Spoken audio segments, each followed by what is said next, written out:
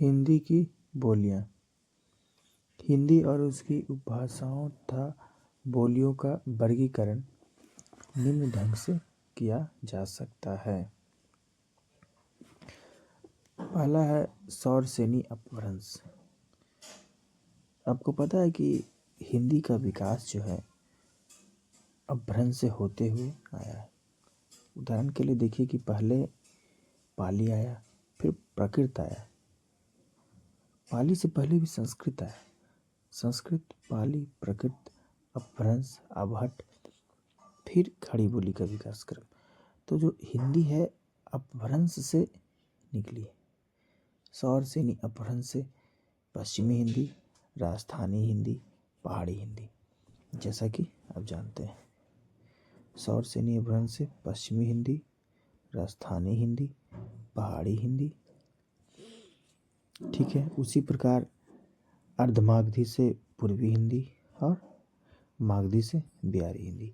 ये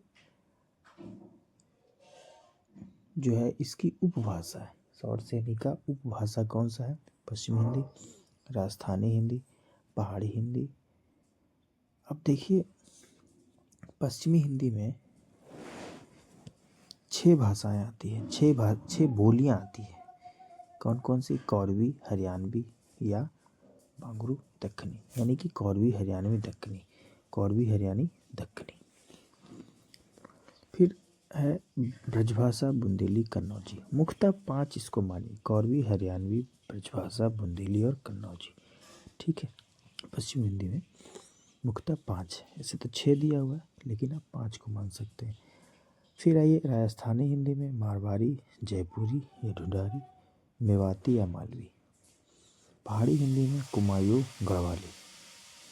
ये तो हो गया सौर सेनी अपभ्रंश। आपसे पूछेगा सौर सेनी अपभ्रंश में कुल कितनी उपभाषा है, तो कितना बताएंगे? 3। पश्चिमी हिंदी, राजस्थानी हिंदी और पहाड़ी हिंदी। पश्चिमी हिंदी के अंतर्गत में 6 भाषाएं: कौरवी, हरियाणवी, दक्कनी, ब्रजभाषा, बुंदेली और कन्नौजी। लेकिन मुख्यतः 5 है। कौन कौन से? कौरवी, हरियाणवी या बांगरू, ब्रजभाषा, बुंदेली और कन्नौजी। राजस्थानी में कौन कौन से है? मारवाड़ी, जयपुरी, मेवाती और मालवी, जिसको जयपुरी को ढूंढारी भी कहते हैं।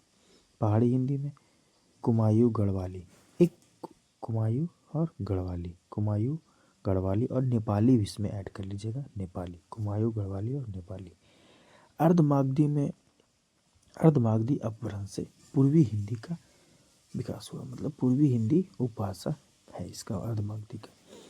अवधी, बघेली, छत्तीसगढ़ी। ठीक है। 3 है इसमें। अर्धमागधी से पूर्वी हिंदी, मतलब भारत के पूर्व प्रदेश का ये माना जाता है हिंदी। अवधी, बघेली और छत्तीसगढ़ी। मागधी में बिहारी हिंदी।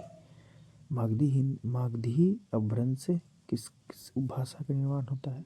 बिहारी हिंदी का। भोजपुरी, मगही, मैथिली। ठीक है। तो ये इतना आपको याद रखना है। धन्यवाद।